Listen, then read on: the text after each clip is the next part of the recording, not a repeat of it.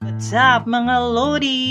Welcome back to our YouTube channel. Gusto ko nga pala humingi ng sorry dahil ang tagal-tagal kong hindi gumawa ng video dahil sa nasira yung phone ko.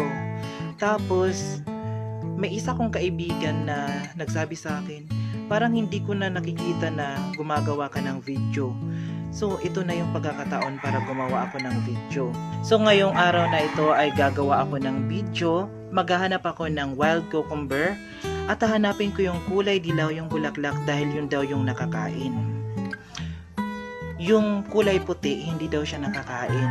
Tara mga Lodi, samahan nyo ako.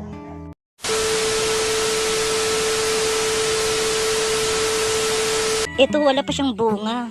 Pataas siya. Totally dito sa likod namin marami pala. Kaso wala pa siyang bunga. Pataas siya. Wala pa siyang bunga. Dilaw yung bulaklak niya. Mga Lodi. Kaso wala pa siyang ano. Ayun. Eto. Kaso wala pa ding bunga. Gusto ko siyang ilipat para padamihin.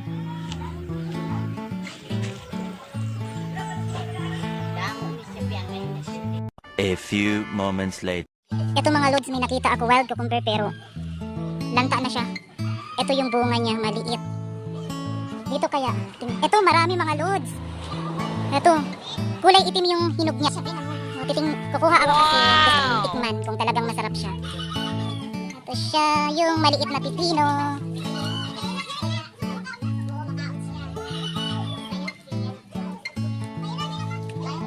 Ano mga lods, damihan natin. Kasi masarap daw to. Yung lasa daw niya ay talagang lasang pipino. Ito siya mga lods. Pero bago ko kainin mga Lodi ay hugasan ko muna siya. A few minutes later. Yan na siya mga Lods. Wow! Ito yung green. O yung ano, green na siya palit. Ano na to, hinog na to. Kailangan makita niyo. So ngayon mga lods, titikman na natin siya. Parang lasa sa pipino. Masarap siya Lods. Crunchy siya.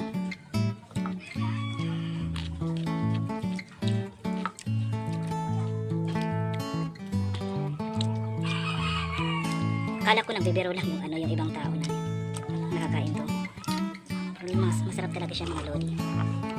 Kung kumakain siya, kinakain niya yung ano, yung wild pipino. Anong lasa be? Nasa pipino. Mm. Marasag guys.